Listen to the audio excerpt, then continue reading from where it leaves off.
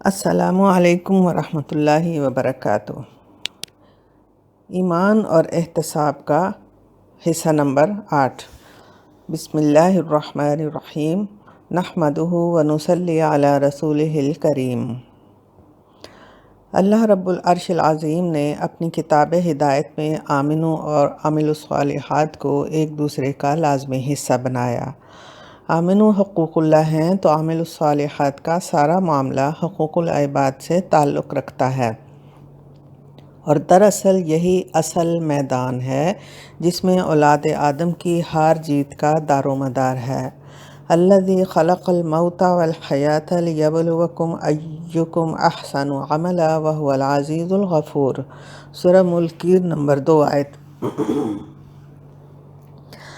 اگر حقوق اللہ کی ادائیگی کا بنیادی نقطہ شکر سے وابستہ ہے تو حقوق العباد کی ادائیگی کا بنیادی نقطہ صبر سے وابستہ ہے۔ تعلق داری کا ہر پہلو صبر و تحمل سے ہی قائم رہتا ہے۔ رشتے نبھانے کا سارا حسن صبر سے وابستہ ہے۔ یقین جانیے، صبر اور شکر مومن کی روحانی زندگی کے 2 پر ہیں جن سے وہ قرب الہی کی طرف پرواز کرتا ہے۔ اور یہ بھی ہم سب جانتے ہیں کہ بندے کی عبادات سے اللہ رب العالمین کو کچھ فائدہ نہیں ہوتا۔ کوئی بندہ اس کے عبادت نہ کرے تو اس کے الہ ہونے میں کسی قسم کا کوئی فرق نہیں پڑتا۔ وہ مالک کون و مکان ہے، ساری مخلوق اس کو مانے یا انکار کرے، اس کی ناشکری کرے یا شکر کرے، وہ غنی عن العالمین ہے۔ قال ھذا من فضل ربی لیبلونی ااشکر ام اکفر ومن شکر فانما یشکر لنفسہ ومن کفر فان ربی غنی کریم۔ سورہ نمل کی 40 آیت۔ یہ عبادات اور شکر کا جذبہ بندے کے اپنے فائدے کے لیے ہے، اور حقیقتاً یہ عبادات حقوق العباد کی ادائیگی کے لیے بندے کو روحانی تقویت دیتی ہیں۔ غور کریں تو معلوم ہوتا ہے کہ شکر کا جذبہ انسان کو صابر بھی بناتا ہے۔ شکر اور صبر ایسے لازم و ملزوم ہیں جیسے آمنو اور عاملوا الصالحات۔ صبر کرنا اسی لیے تو ممکن ہوتا ہے کہ شکر کرنے کے لیے کوئی نعمت نظر آ رہی ہوتی ہے، اور نعمتیں اس قدر جا بجا بکھری ہوئی ہیں کہ ان سے صرف نظر بھی ممکن نہیں، اور شاکر بندہ دراصل لا حاصل چیزوں کی حسرتوں سے آزاد ہو کر اور اپنے جیسے کمزور بندوں سے توقعات وابستہ کرنے کی بجائے اپنے رب کی تقسیم پہ خوش ہوتا ہے اور اس کا شکر ادا کرتا ہے۔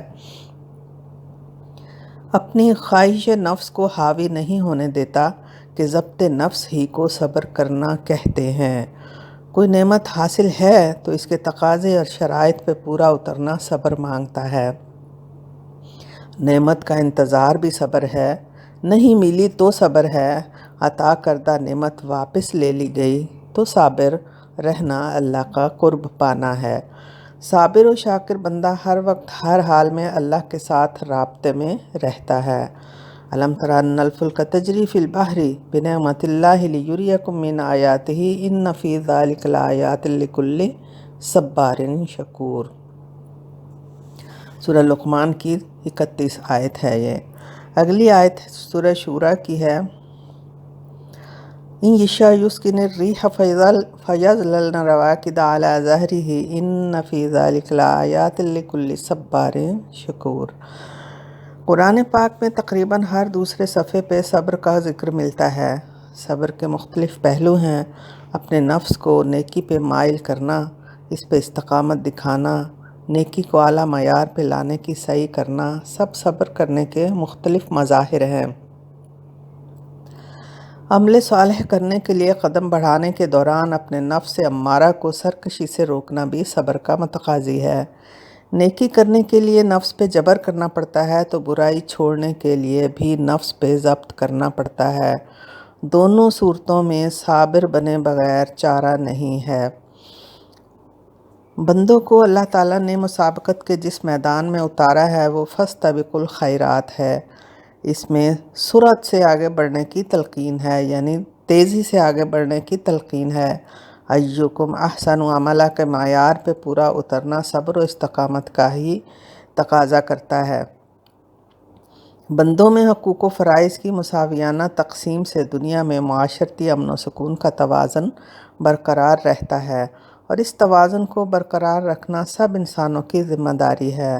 عدم توازن اس وقت پیدا ہوتا ہے جب حقوق لینا مقصد زندگی بن جائے اور فرائض سے پہلو تہی کی جائے۔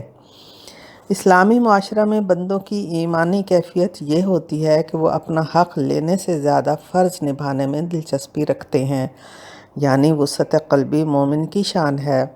تنگی نفس ہر رشتے کی چاشنی چاٹ جاتی ہے۔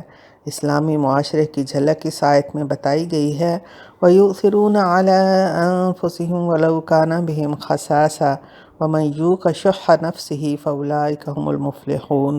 سورہ حشر کی آیت نمبر 9 ہے یہ۔